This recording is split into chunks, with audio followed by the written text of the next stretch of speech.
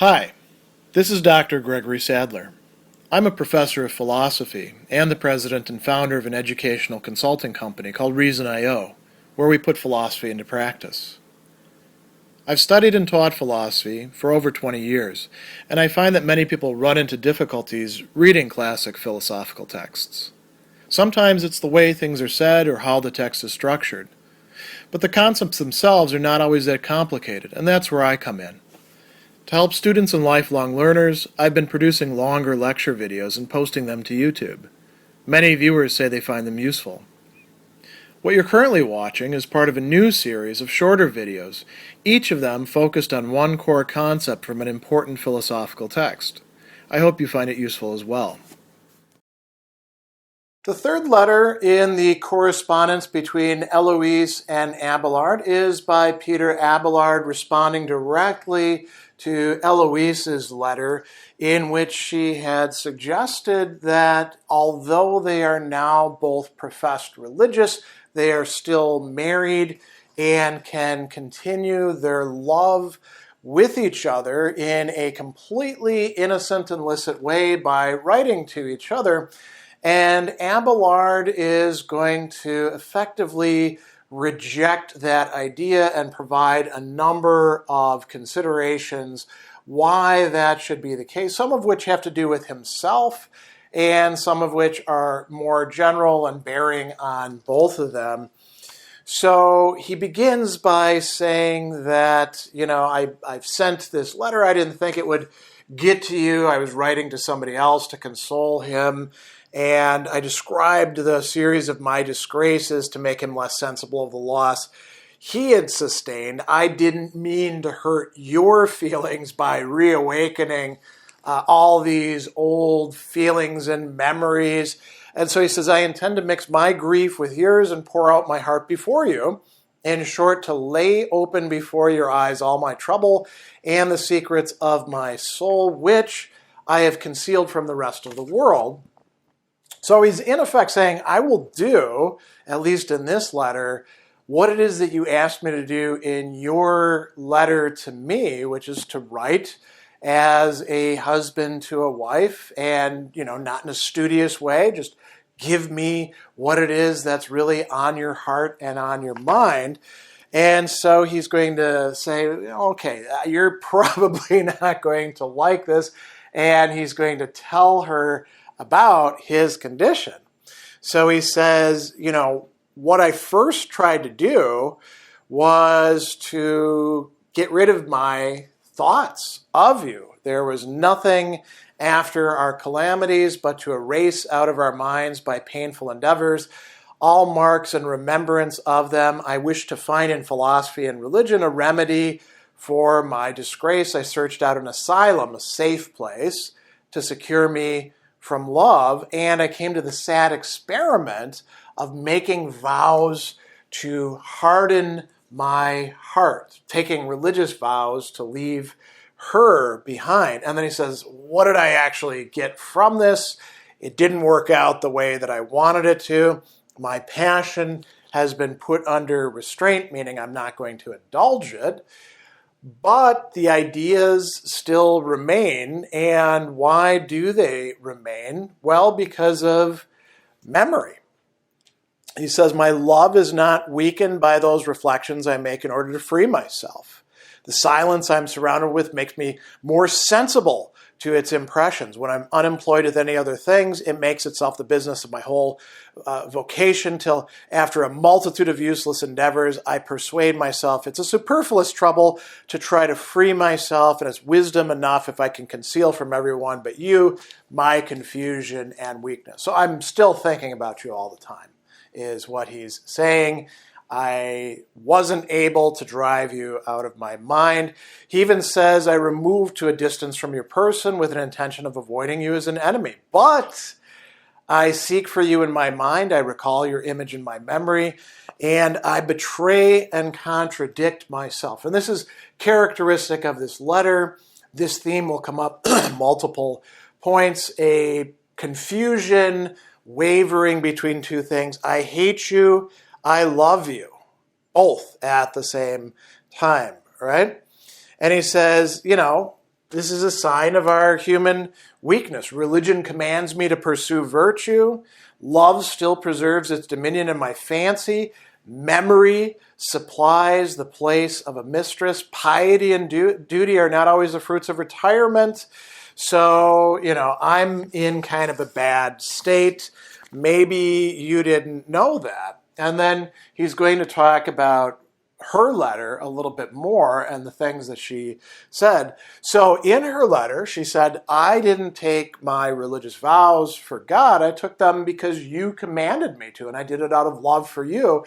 And what have I lost by doing it? Pretty much everything, because you're not writing to me. So he says, you tell me it is for me you live under that veil which covers you. Why are you profaning your vocation? Why provoke a jealous God by this blasphemy? You're not supposed to have done that. I hoped after our separation you would have changed your sentiments, right? And then he brings up another interesting idea. Again, a sort of confusion. Absence should have helped them, because absence is a tomb of love, right? You put somebody else at a distance, you don't think about them, and you'll get over them. But he says that doesn't actually work that well. It's also an unquiet remembrance of what I once loved, which continually torments me. I'm living way out in the middle of nowhere in Brittany by the sea. I thought doing that would distract me. I've got all my fasts and studies. It's not helping, right? So, he is going to say, you are actually making things worse for me by writing this letter to me. He says, you're adding to my miseries by your very constancy, your faithfulness to me. Forget me if you can. Be indifferent to me. And he says, my reason condemns my love that I'm no longer deceived by. My heart declares for it. So I'm stuck with this passion. And he says, philosophy would be very helpful for us if it actually removed these feelings that we have. But it doesn't really work that way. What a troublesome employment is love. And so we get to the divided will that he's talking about here, without using exactly those terms. But it's something that Heloise herself talked about in the previous letter. So he's going to say, love is a troublesome employment. Virtue is very valuable. You've got to choose between these two, but I'm unable to stick to one and to remove the other altogether. And then he talks about his sins. He says, what abhorrence can I be said to have of my sins if the objects of them are always amiable to me? The objects of them are Heloise and the memories that they have of their time together as lovers. So he says, how can I separate from the person I love, Heloise, the passion I must detest? And then he brings up something really interesting. And this goes all the way back to, thinkers like St. Augustine, who in his Confessions talks about a similar dynamic. Why do we cry? We cry because we are sad. We feel grief. And the crying itself shouldn't be something that we enjoy. It's actually a sign that we're badly off. But he says there's pleasure in weeping for a beloved object. It's difficult in our sorrow to distinguish penitence, being sorry for having done something wrong, from love. And so, he goes on and he says, I am stuck feeling more and more love. This has been a great loss for me. I consider your constancy, this is a little bit of forecasting of what's going to be coming just down the pike. I didn't trust you entirely, and I see that I could have, looking at the fact that you've taken these vows. What pleasures have I missed enjoying? I ought not to confess this weakness to you. I'm sensible I commit a fault. And he thinks, I should have actually made you hate me. I should have provoked resentment against me. That would have been the smarter thing for me to do. And he says, well, unfortunately, I avoid evil, but I can't do the good. I ought to join both, And he says, duty, reason, and decency, which on other occasions have such power over me, are here entirely useless.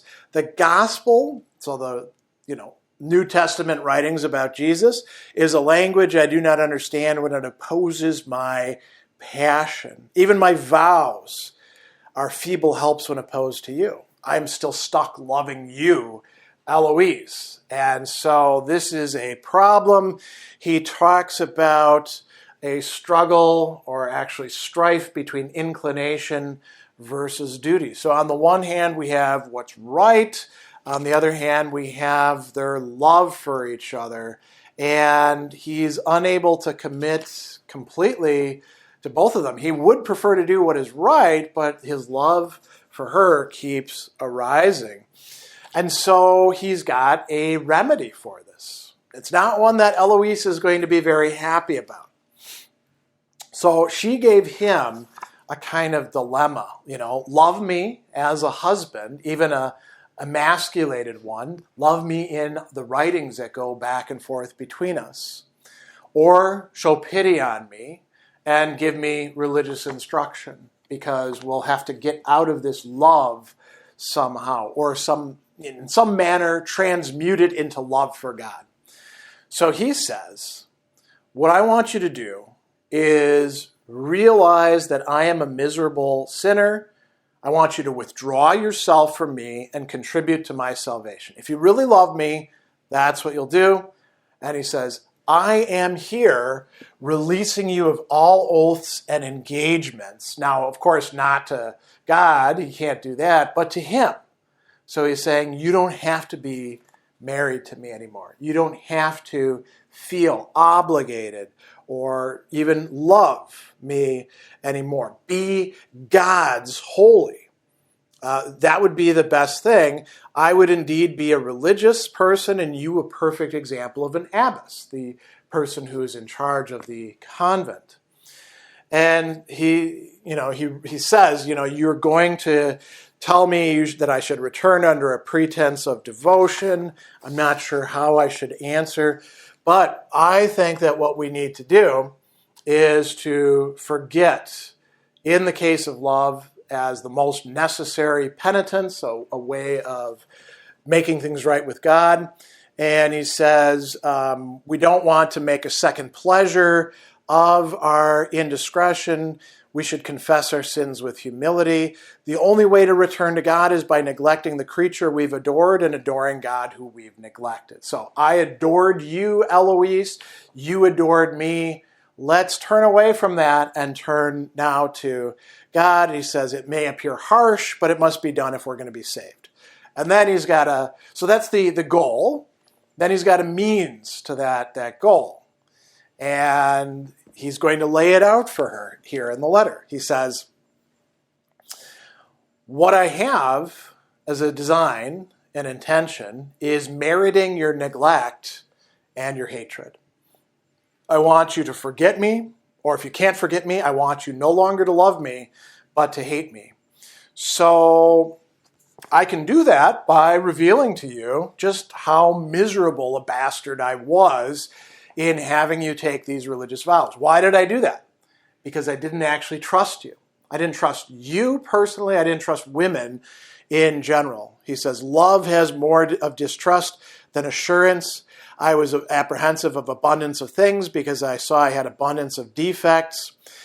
I imagined that your heart, which had become so accustomed to love, would not be long without entering into a new engagement. And so jealousy made me want to put myself out of a possibility of doubting you. That's why I wanted you to take religious vows. I yielded you up to God. I made a sacrifice of you with an unwilling heart. Why? Because by having you be devoted to God, I could be assured you weren't going to sleep with any other men. Your heart would not go out to somebody else. That's not a good reason to take religious vows. That's definitely not a good reason to impose them on somebody. So Abelard is saying, you should hate me because of that. I didn't love you. I didn't do a loving act. I did something selfish. Look at me and the kind of person I am. And he says, it didn't really work. Didn't help me. I imagine women were incapable of maintaining any constant resolutions unless they were forced by the necessity of fixed vows. Was that actually going to help anything? No. And so he actually is going to tell her that my love was so like to hatred that it should provoke in you contempt and anger.